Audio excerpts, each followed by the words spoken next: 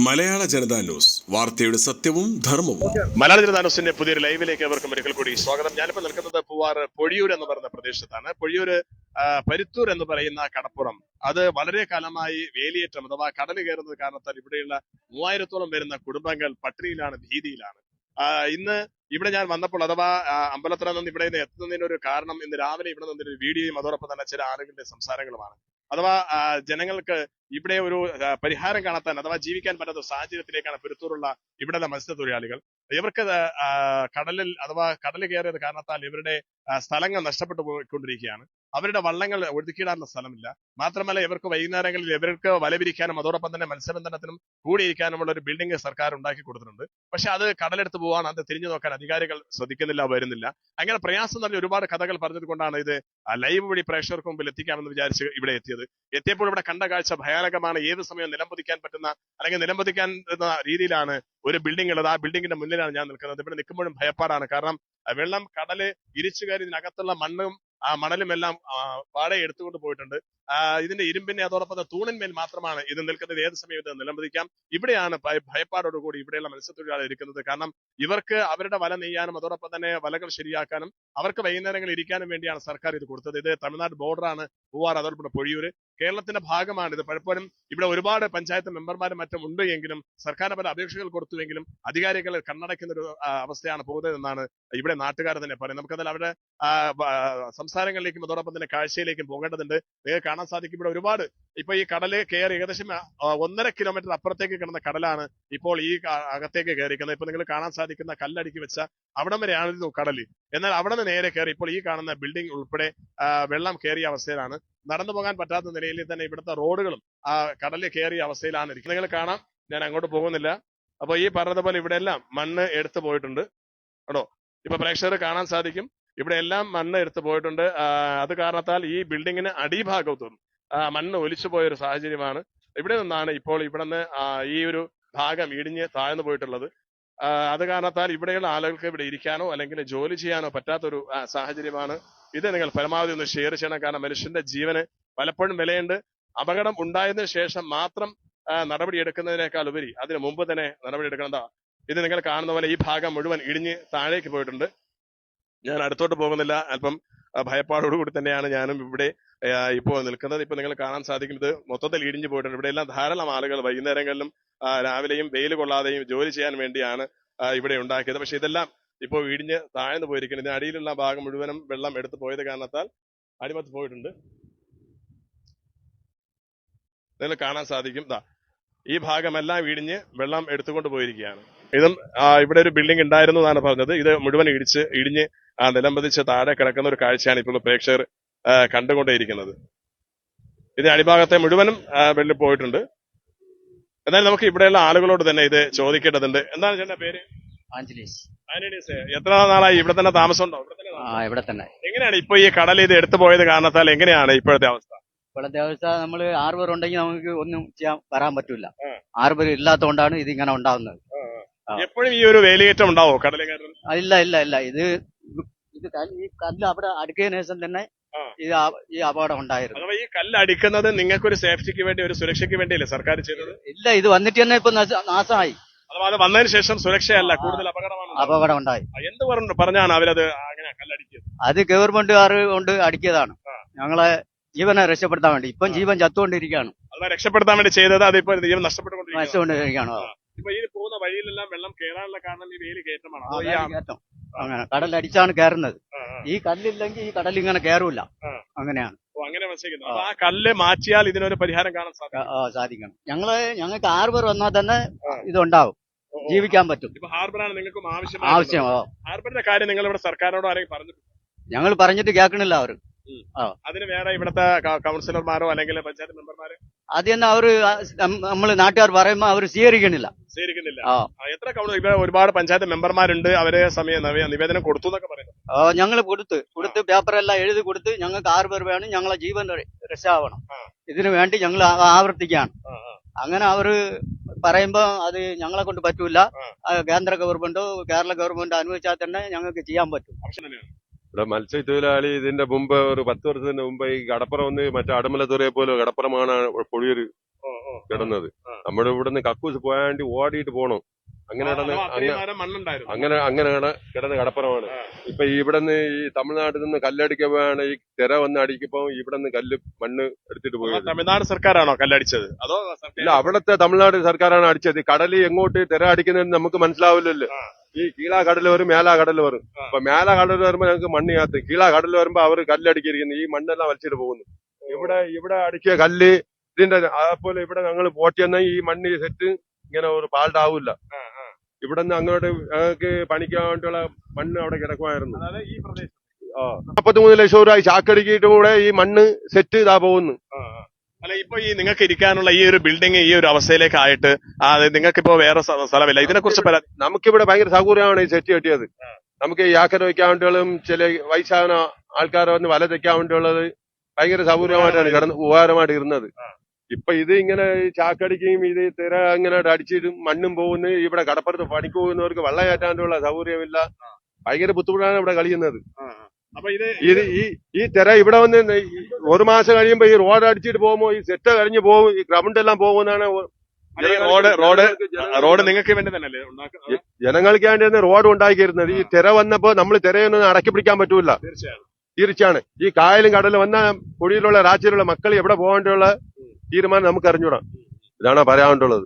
ഇവിടെ ഇപ്പോ പുതിയ കാരണം ഒരുപാട് നവീകരണ പ്രവർത്തനങ്ങൾ കൊണ്ടുവരുന്നു എന്ന് പറയുന്നുണ്ട് സർക്കാർ. പക്ഷെ അതിനോടൊപ്പം ഇതിന്റെ ഒരു ശോചനീയാവസ്ഥ നിങ്ങൾ അവർക്ക് ബോധ്യപ്പെടുത്തിയിട്ടും എന്ത് കാരണം പറഞ്ഞാൽ അവരിത് നിസ്സഹകരിക്കുന്നത്, ചെയ്യാത്തത് എന്താണ്?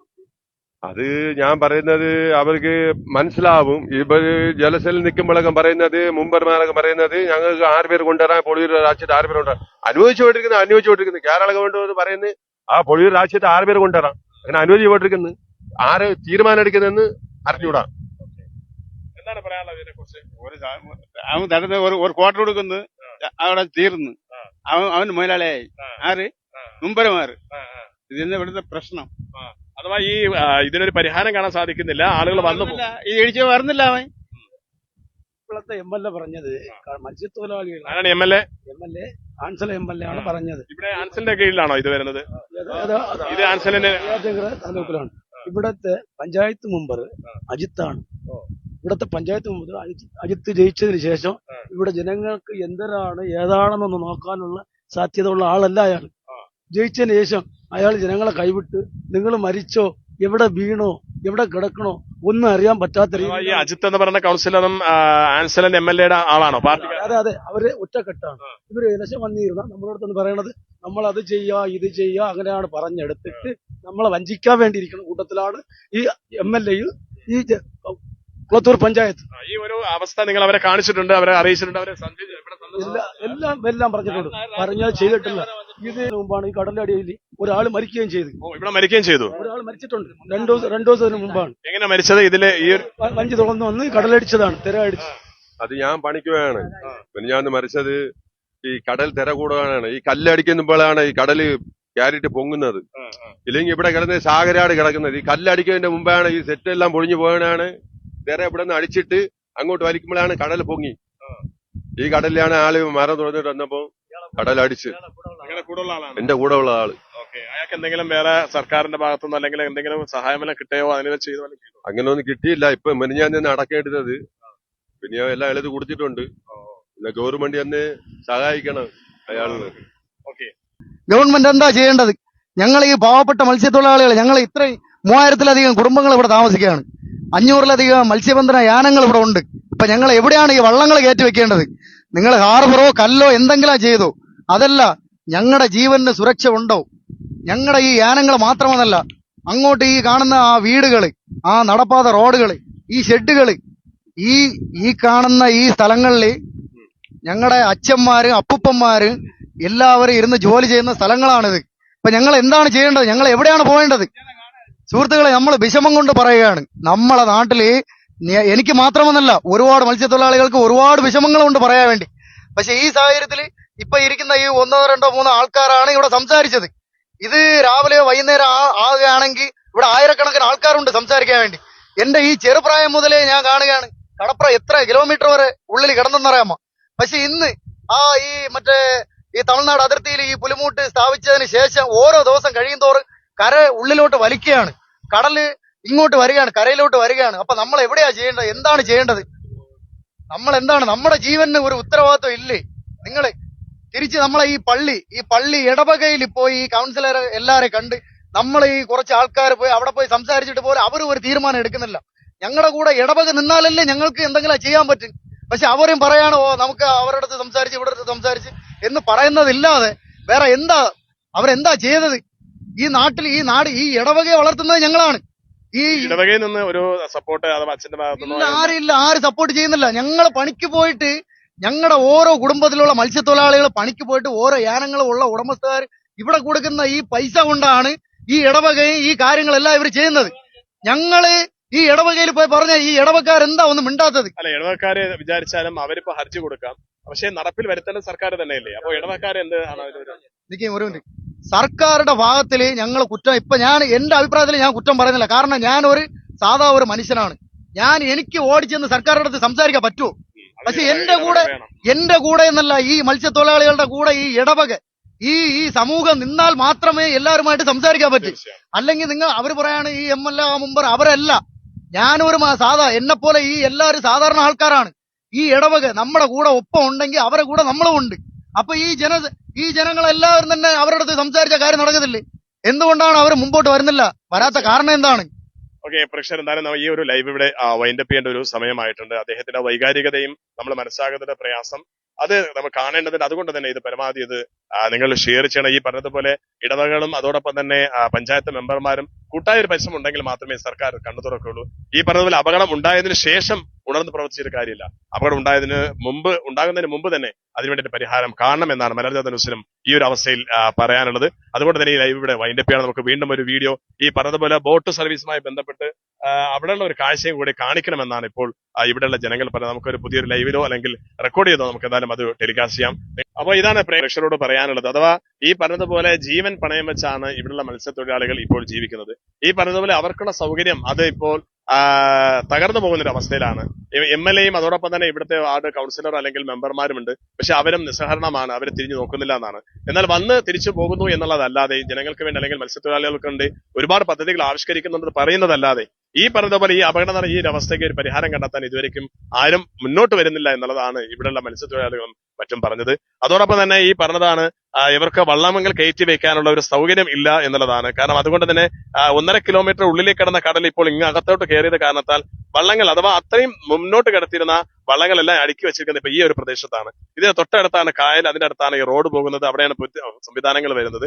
ഇവിടേക്ക് ഇനി എങ്ങോട്ടാണ് ഈ മത്സ്യത്തിന് വേണ്ടി ഉപയോഗിക്കുന്ന ഈ വള്ളങ്ങൾ കൊണ്ട് ഇവർ സൂക്ഷിച്ചു വെക്കുക എന്നുള്ളത് അവർക്ക് തീർച്ചയായും അറിയില്ല എന്നുള്ളതാണ് ഇപ്പോഴും അവരുടെ മുമ്പിൽ ചോദ്യചിഹ്നമായി നിൽക്കുന്നത്. അഥവാ ഈ പറഞ്ഞ 3000-ഓളം വരുന്ന കുടുംബങ്ങൾ ഇവിടെ താമസിക്കുമ്പോൾ ഇനി ഈ ഒരു പ്രദേശത്ത് നിൽക്കുമ്പോൾ ഇവർക്ക് എന്താണ് അടുത്തുള്ള ഒരു പോംവഴി, ഇവർക്ക് ജീവിക്കാൻ എന്താണ് ഒരു പോംവഴി, അതിനുവേണ്ടി സർക്കാർ ഉണർന്ന് പ്രവർത്തിക്കണം എന്നുള്ളതാണ് ഇപ്പോഴും ഇവർക്ക് പറയാനുള്ളത്. നിങ്ങൾ പരമാവധി ഷെയർ ചെയ്യേണ്ടതുണ്ട്. ഇപ്പൊ നിങ്ങൾ കാണുന്ന പോലെ ഈ ഒരു അവസ്ഥ ഇപ്പോൾ പരിതാപകരമായ ഒരു അവസ്ഥയാണ്. കാരണം ഏത് സമയം നിലംപതിക്കാവുന്ന ഒരു അവസ്ഥയിലാണ് ഈ ഒരു ബിൽഡിംഗ് ഇരിക്കുന്നത്.